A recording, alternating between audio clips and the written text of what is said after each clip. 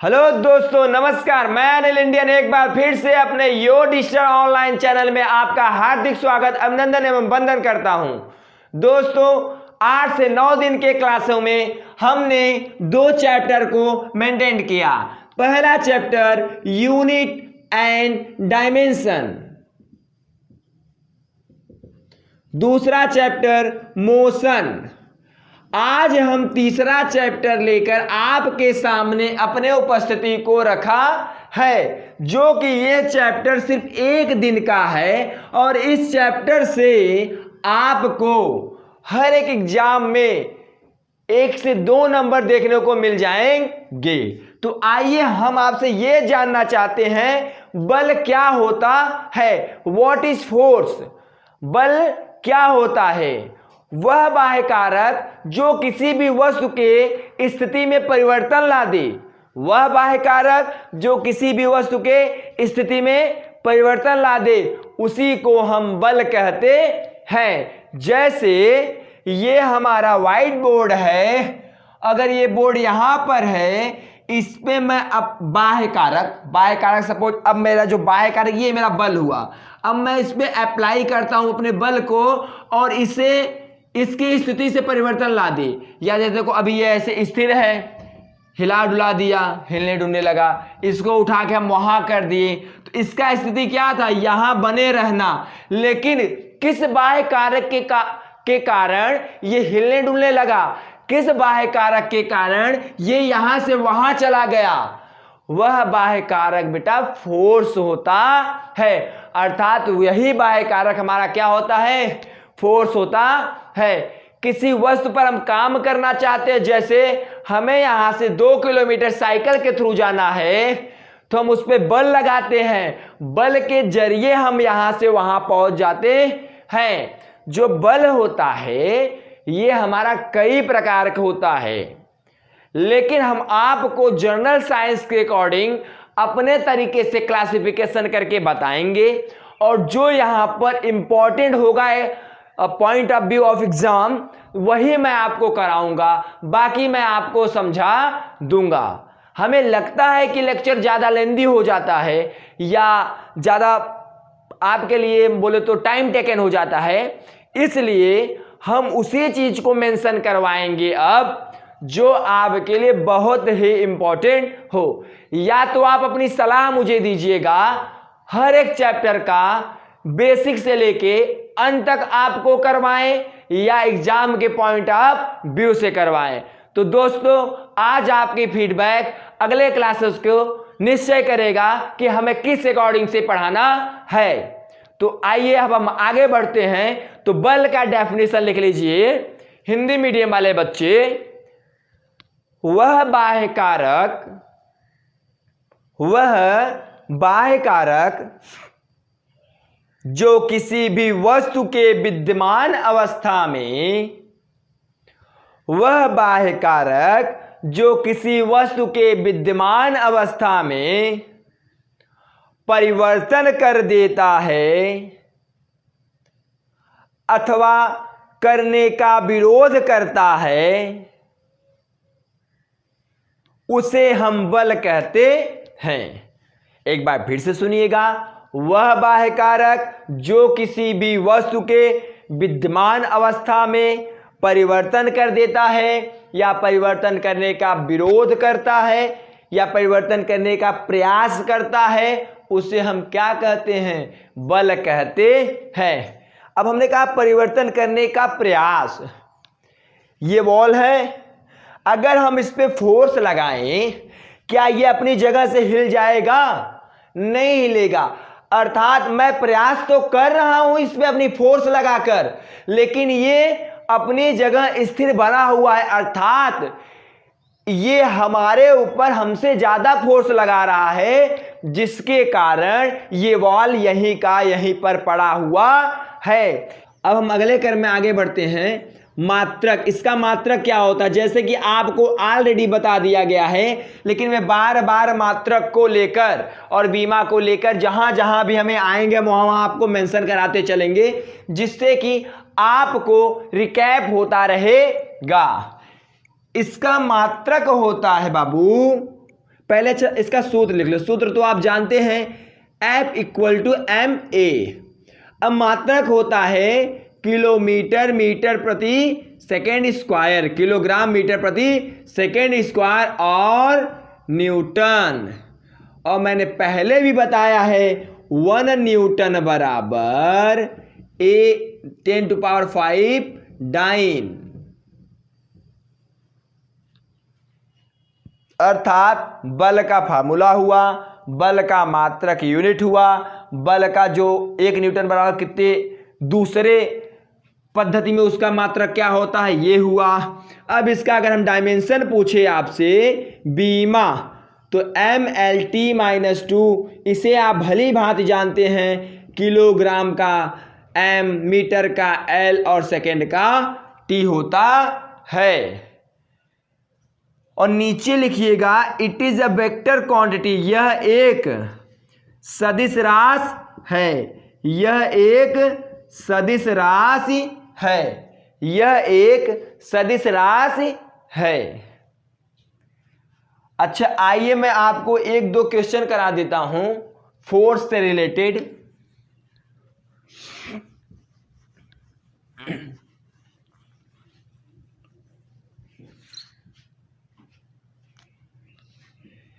यदि कोई ट्रक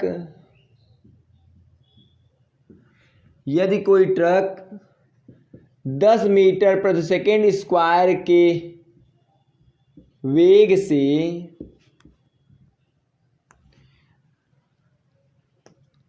गति कर रहा है, उस ट्रक का द्रव्यमान 200 किलोग्राम है, तो ट्रक पर लगने वाला बल क्या होगा, ट्रक पर लगने वाला बल क्या होगा। देखिए बाबू, कोई ट्रक है, उसका जो वो 10 मीटर प्रति सेकेंड स्क्वायर के वेग से गति कर रहा है। अब देखिए, अगर जब हम इसे सॉल्व करने लगेंगे तो हम लिख देंगे v = 10 मीटर प्रति सेकेंड स्क्वायर, क्योंकि यहां तो वेग कह दिया, गलत करेंगे। हम मात्रक से पहचानेंगे कि ये त्वरण दिया है। क्या दिया है? त्वरण। a की वैल्यू कितना है? मीटर प्रति सेकेंड स्क्वायर। क्या है? मीटर प्रति सेकेंड स्क्वायर। और m का वैल्यू कितना दिया है? 200 किलोमीटर। तो हम कहते हैं, हम ये कहेंगे फोर्स बराबर क्या होता है? F पूछा है, ma, हम वैल्यू रख देते हैं 2000 न्यूटन, हमारा क्या आ जाएगा? वैल्यू आ जाएगा। इंग्लिश मीडियम वाले बच्चे इसको लिख लेंगे, if a truck is moving at an acceleration of 10 meter per second square, if a truck is moving at an acceleration of 10 meter per second square, the mass of truck is 200 kilogram. The mass of truck is 200 kilogram. Find the applied force of truck. Find the applied force of truck.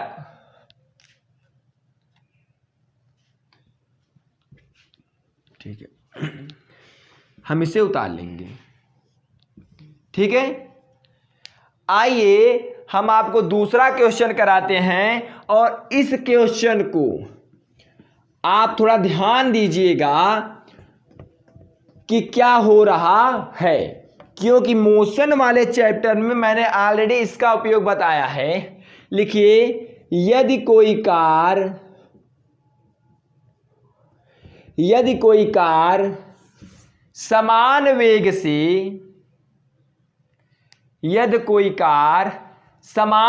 से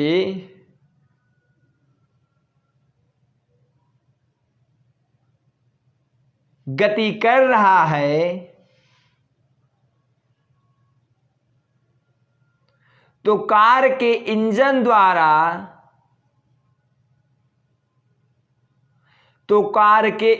द्वारा लगाया गया force, car के engine द्वारा लगाया गया force.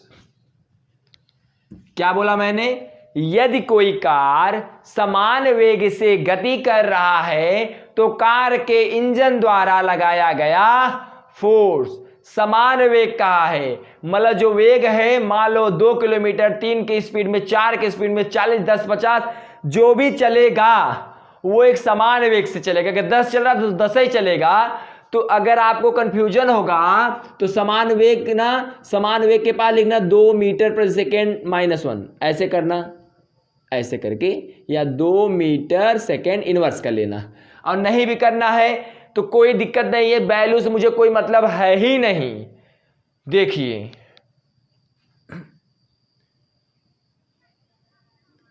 F equal to क्या होता है? ma। F इक्वल टू क्या होता है? ma। इंग्लिश मीडियम वाला लिख लो question. If a car is moving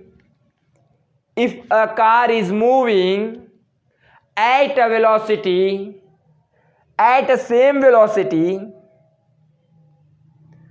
find the force applied on engine.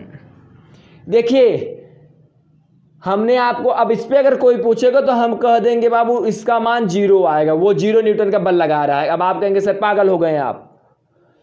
पागल मैं नहीं हो गया। आपको त्वरण जब मैं पढ़ा रहा था तो त्वरण का डेफिनेशन दिया था। क्या दिया था? क्वेश्चन ऐसे ही बनते हैं। त्वरण का डेफिनेशन मैंने आपको ये दिया था, changing of velocity is known as acceleration. वेग में जो परिवर्तन होगा वही हमारा क्या होगा? त्वरण होगा। वेग बढ़ रहा है, त्वरण की वैल्यू प्लस। वेग घट रहा है, देखो वेग बढ़ रहा है प्लस c, घट रहा है माइनस c। अगर हमारा वेग समान है तो उस पे जो एक्सेलरेशन होगा वो क्या होगा? 0 होगा। मतलब समान वेग में एक्सेलरेशन हमारा 0 होता है तो लिखेंगे समान वेग में त्वरण 0 होता है। तो यहां पर जब हम a की वैल्यू रखेंगे ये 0 हो जाएगा, सब कुछ बन जाएगा 0 newton. F equal to 0 newton. यहां पर ये बात समझने वाले थे। अगले क्रम में हम आगे बढ़ते हैं, लिखेंगे types of force. Types of force.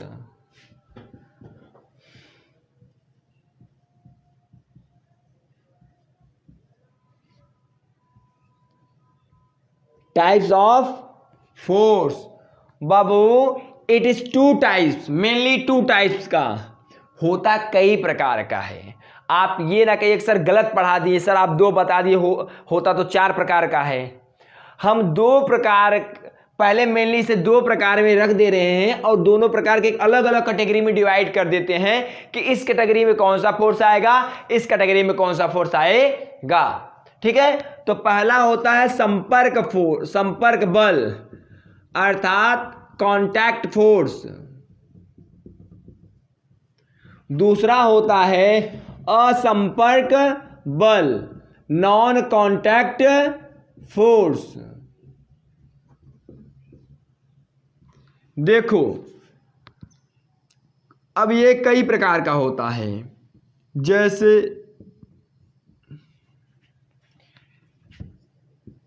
पेशीय बल,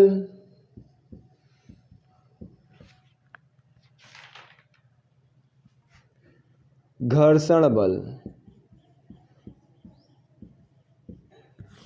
पेशीय बल, घर्षण बल। दूसरा ये आपका होता है गुरुत्वीय बल,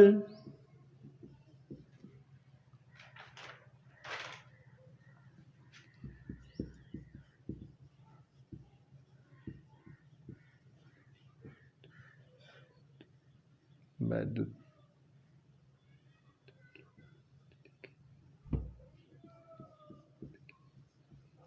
स्थिर वैद्युतिकीय बल, चुंबकीय बल, अभिकेंद्र बल,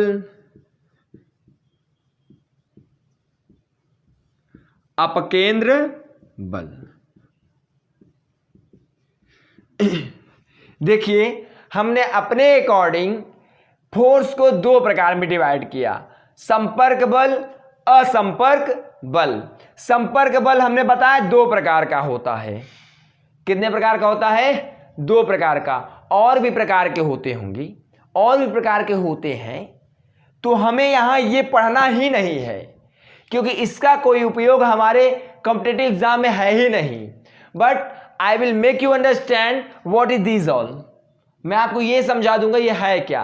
ये मस्कुलर फोर्स होता है, ये फ्रिक्शन फोर्स होता है। लिख लीजिए इंग्लिश मीडियम वाले, muscular force, friction force, gravitational force, electrostatic force, magnetic force, centripetal force, centrifugal force और ये सेंट्रीपिटल फोर्स। ठीक है, देखिएगा आपको सिर्फ जो पढ़ना है यहां पर हम यही दो पढ़ाएंगे।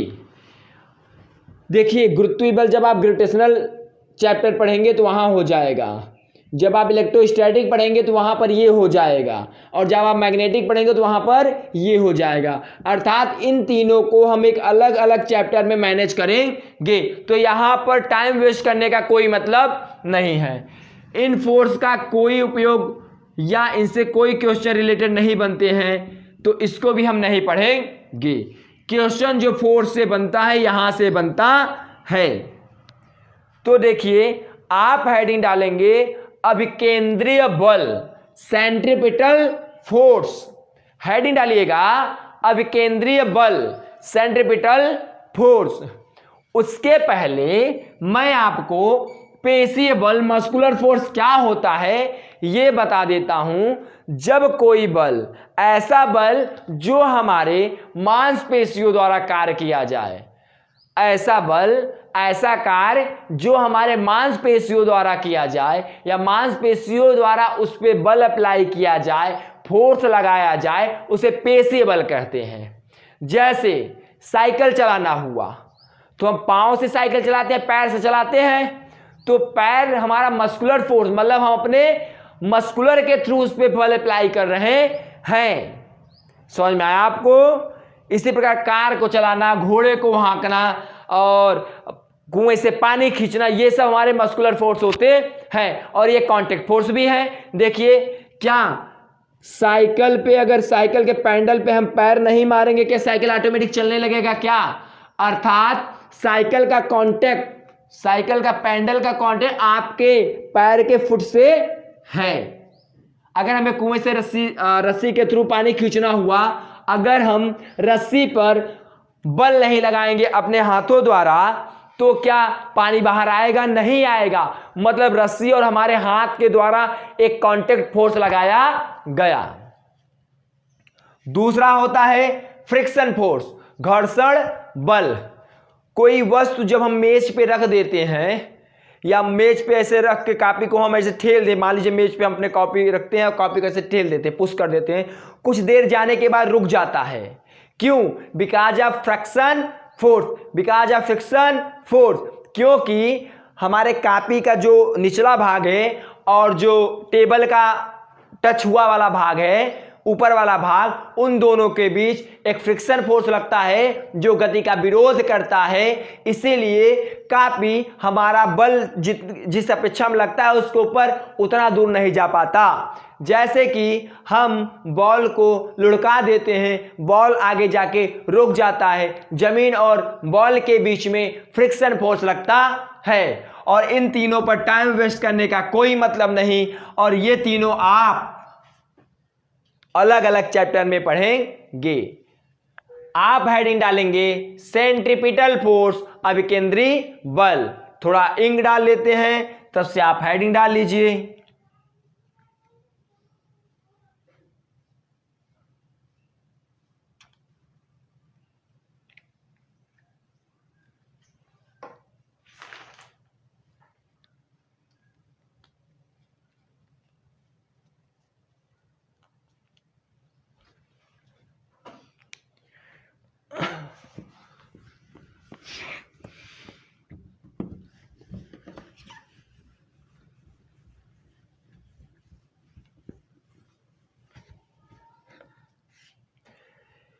देखिए बाबू, नाम में काम छुपा है, नाम में काम छुपा है। अभिकेंद्रीय बल, सेंट्रीपिटल फोर्स। बाबू अब देखिए इसका मतलब मैं आपको समझा देता हूं। अभी का मतलब के और, केंद्रीय मतलब केंद्र, बल मतलब बल।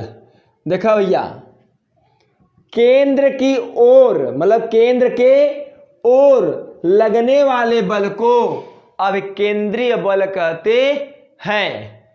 केंद्र की ओर लगने वाले बल को अभिकेंद्रीय बल कहते हैं। अब अभी मतलब के ओर होता है कि नहीं मुझे भी नहीं मालूम, लेकिन हम आपको सरल तरीके से इसके डेफिनेशन को याद कराने के लिए मैं ऐसा मेथड को यूज कर रहा हूं आपको, ताकि कोई पूछे अभिकेंद्रीय बल, आपके माइंड बन जाए अच्छा के और बल, केंद्र मतलब केंद्र की ओर लगने वाले बल को अभिकेंद्र बल कहते हैं। कोई आपसे पूछे आप तुरंत बता दें, अर्थात केंद्र की ओर लगने वाले बल को अभिकेंद्र बल कहते हैं। भले ही ये अभी का मतलब के ओर हो या ना हो, लेकिन इसके थ्रू एक सुटेबल डेफिनेशन हमारा बन रहा है। तो लिखेंगे बाबू,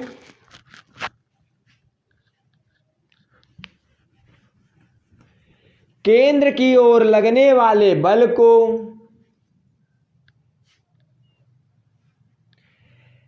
केंद्र की ओर लगने वाले बल को अभिकेंद्रीय बल कहते हैं। केंद्र की ओर लगने वाले बल को अभिकेंद्रीय बल कहते हैं। और करिएगा अथवा करिएगा, एक और डेफिनेशन लिखिए। जब कोई कण परिधिनुमा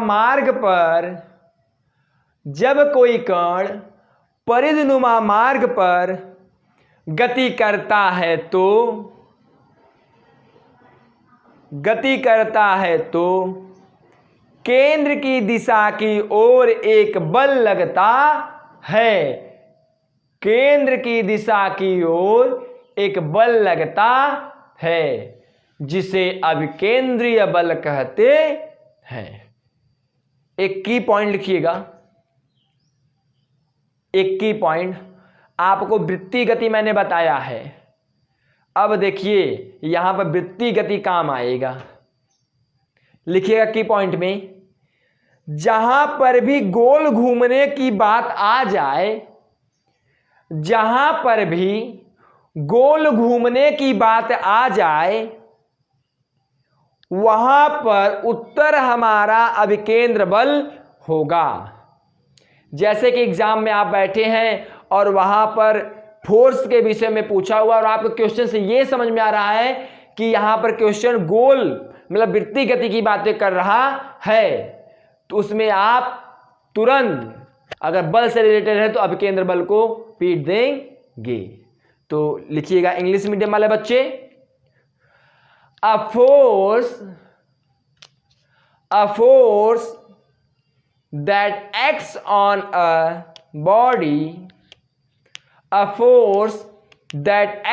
a body, moving in a circular path, and it is directed towards center around which body is moving, एक बार फिर से सुनिएगा, a force that acts on a body moving in a circular path, it is directed toward the center around which body is moving। अब आप उदाहरण लिखेंगे, और हाँ उदाहरण पहले ये लिख लेंगे, सेंट्रीपिटल फोर्स का एक फॉर्मूला होता है mv²/r।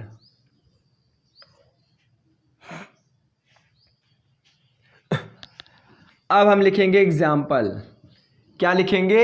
एग्जाम्पल लिखिएगा। पहला, पृथ्वी सूर्य के चारों तरफ घूमता है। सॉरी, पृथ्वी का सूर्य के चारों तरफ घूमना। इलेक्ट्रॉन का नाभिक के चारों तरफ घूमना। हाईवे की मोड़ पर किनारे के तरफ झुका रहना। अब देखें, आप कहेंगे सर ये दोनों एग्जाम्पल वृत्तीय गति में दिए थे। जब आपसे कोई पूछे कि पृथ्वी सूर्य के चारों तरफ घूमता है, इसमें कौन सी गति है, आप बताएंगे वृत्तीय गति।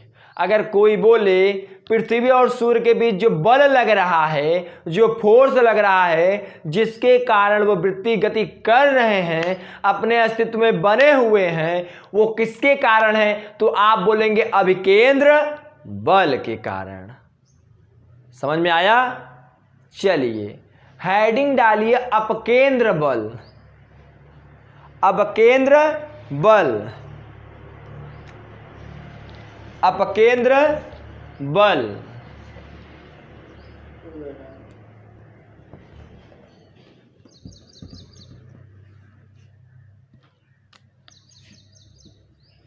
अपकेंद्र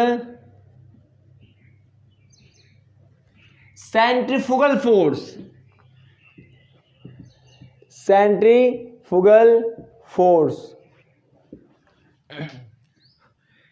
बाबू, अप मतलब होता है के बाहर, केंद्र मतलब होता है केंद्र, बल मतलब होता है बल।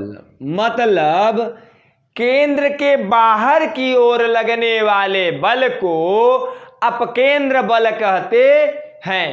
केंद्र के बाहर लगने वाले बल को अपकेंद्र बल कहते हैं। क्या?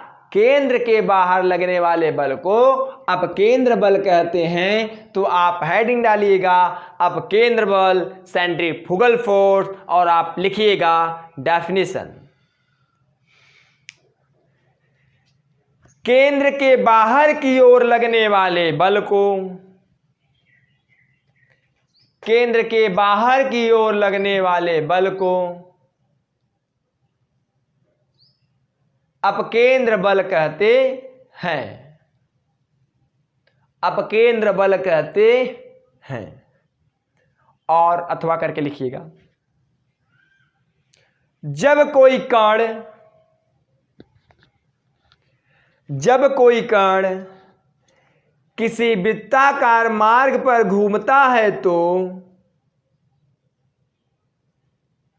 जब कोई कण किसी वृत्ताकार मार्ग पर घूमता है तो कण के केंद्र के दिशा से, कण के केंद्र के दिशा से एक बल आरोपित होता है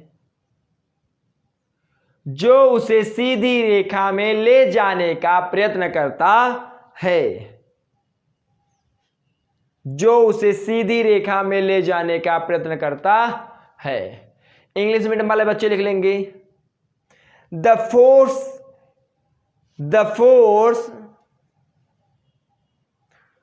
is applying away from center, the force is applying away from center is known as centrifugal force। इसका उदाहरण और अपकेंद्र बल का उदाहरण ही बहुत महत्वपूर्ण है। और जो मैंने बताया ना, केंद्र के बाहर लगने वाले बल को पूछ लेगा, केंद्र के बाहर लगने वाले बल को क्या कहते हैं, ऑप्शन देगा अभिकेंद्र बल, अपकेंद्र बल वगैरह वगैरह, दो और देगा, जो सही होगा उसे आप टिक कर देंगे। इसी प्रकार अपकेंद्र बल से भी पूछ सकता है। तो हेडिंग लिखिएगा, दूध से क्रीम निकालने की मशीन, वो घर में जो मथनी होती है ना, जिससे मट्ठा मारा जाता है और ऊपर वो घी आ जाता है, वो अपकेंद्र बल के सिद्धांत पे ही कार्य करता है। हर एक काम हमारे दैनिक जीवन में साइंस के ऊपर डिपेंड है, बट हम आप ये नहीं जान पाते ये कौन सी प्रोसेस में है। तो लिखिएगा दूध से क्रीम निकालने की machine, washing machine, washing machine. पृथ्वी सूर्य से नहीं टकराती, पृथ्वी सूर्य से नहीं टकराती। इलेक्ट्रॉन नाभिक में नहीं गिरता, इलेक्ट्रॉन नाभिक में नहीं गिरता। आई होप ये सेशन आपका 30 से 40 मिनट का है और इसी के ड्यूरिंग में आपका बल का चैप्टर खत्म होता है। कल आपको बहुत ही शानदार चैप्टर साउंड पढ़ाया जाएगा। क्या पढ़ाया जाएगा?